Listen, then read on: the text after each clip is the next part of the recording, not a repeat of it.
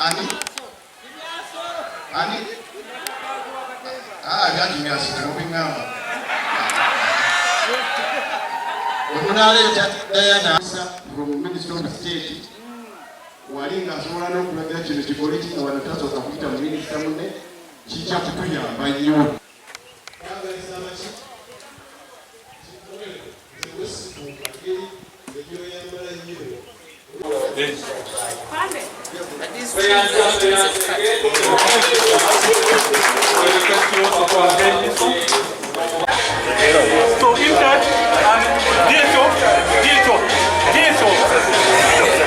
Bayenzikiriza zonna musituke mubabireko minisita. Yes, obaliwa.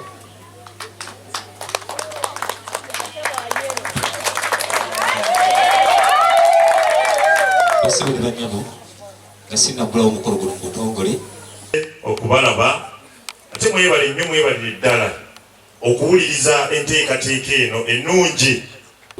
Ntegeezebwako nti abakozi ba gavumenti bonna webali n'abasawo ab'ekitundu webali inikyagi woli Uganda nze okukubiriza obutongole bw'ekyalo kino mwebali nnyo mwebali ddala okujja.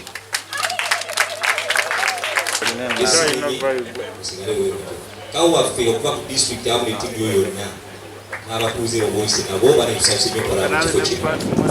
Abakadde ba ate atambula bumu n'omutongole wa Ssaabasajja Kabaka bajje bonna. Nkozesezza akakisa kano okuyita abakulu bano benkulembera nabo nga n'abalala we bajja nabo babeeyanjulire kubanga kimanyi bulungi ffenna ku nsonga eyo. Basebo ne bannyabo basina bandiriza mu butongole tugenda kweyanjula nga tukozesa eddakiika emu n'oluvannyuma munzikirize kino tweyanziza nnyo tweyanzeege era twebaza community twebaza abakulembeze basawo bamala nga tusaba twongereweko ku basawo.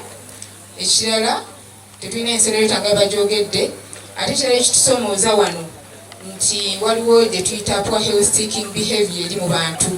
Tulinamu amadiini agali eyo resisting all government programs omuli n'ebyobulamu. Ekyo kitukosezza nnyo ng'abeebigwe nga tusaba community n'abakulembeze abakulemberwa Mwami Mbalule batuyambeko nga bwe bazze batuyamba kubanga twali tetukola ffekka naye badde bajja nga batuyambako okulwanyisa kino abantu babeere balamu.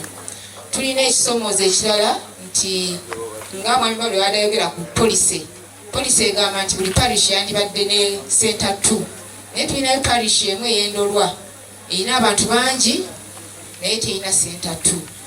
Kakati nga ngogwe okuzibwa kutuuka ku center 4 tubadde tusaba nti parish eyo singa naye eweereddwa center 2 ate ne tukuzaayo eddwaliro eriri ku center 2 eddala eri Ebubiro eriri ewala ennyo. naye oli abeera ku Appo n'anywa eddagala wafunawo obuweerero n'agamba nti Appo akola ate ndowooza n'abakola Appo baleka bateekamu zi painkillers bagatta ebidagala ne bateekamu ne painkiller kati wonjoba oti painkiller eyo neekola ne bagamba nti Appo akola ki akola. So tukyalina olutalo lw'amaanyi Dr. Lulumya nga oli musawo okwadvocatinga abantu baffe bano okubabuulira biki ebirina okubayamba okutaasa obulamu. Abantu bangi bafiiridde eyo nga naye obulwadde obubasse basobola okubujjanjaba.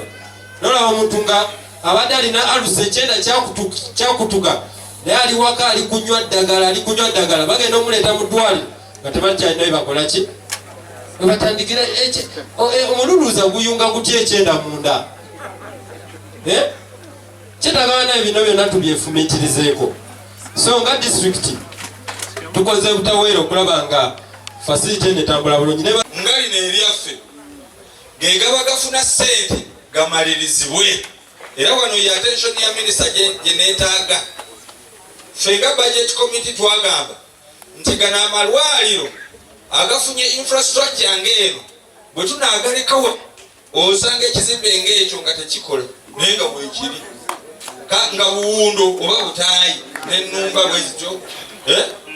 Kakati no kye twagamba nti twandyetaaza ensimbi mu financial year tugende mu maaso wakiri financial year tufuneyo OPD, tufuneyo ward oba ennyumba z'abaki kwegamba kijja genda nga kigenda kirinnya mpola okutuuka bwe tunagamba nti kaakati tubayise okugulawo health center for mu butongole baminisita bajja kujja wano noza ne mwami Museveni ajja kujja abaga okumulaba mukulabaekalo ayogedde kwagaba ssente nga bagamba baagala ebitanda balina challenges baagala placenta pit baagala incinerator ebyo byonna tugenda bikolako nga tutambula mpulidde area MP nga gamba tewona ribo tambuza ekintu nze bompa okutanze siina buzibu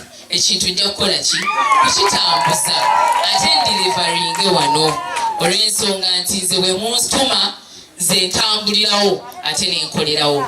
So ensonga ze mwogeddeko mbadde mbasaba mubeere bagumiikiriza. Nze nja kwogera ne Dr. Diana, njogere ne Minister Ruth Acheng. Ate nze mumanyi enkola yange, waliwo bwe natuuse jjo nabadde ebbinga nga ndi mu kibiina nabadde ngenze kukyalira ekibiina ekimu ne baŋŋamba nti waliwo wano yatwala $6,000,000 ne mugamba nzija olw'ensonga nti esente za PDM president tetukyafuna seedlings because ebintu ebyo byonna president yabiteeka mu PDM.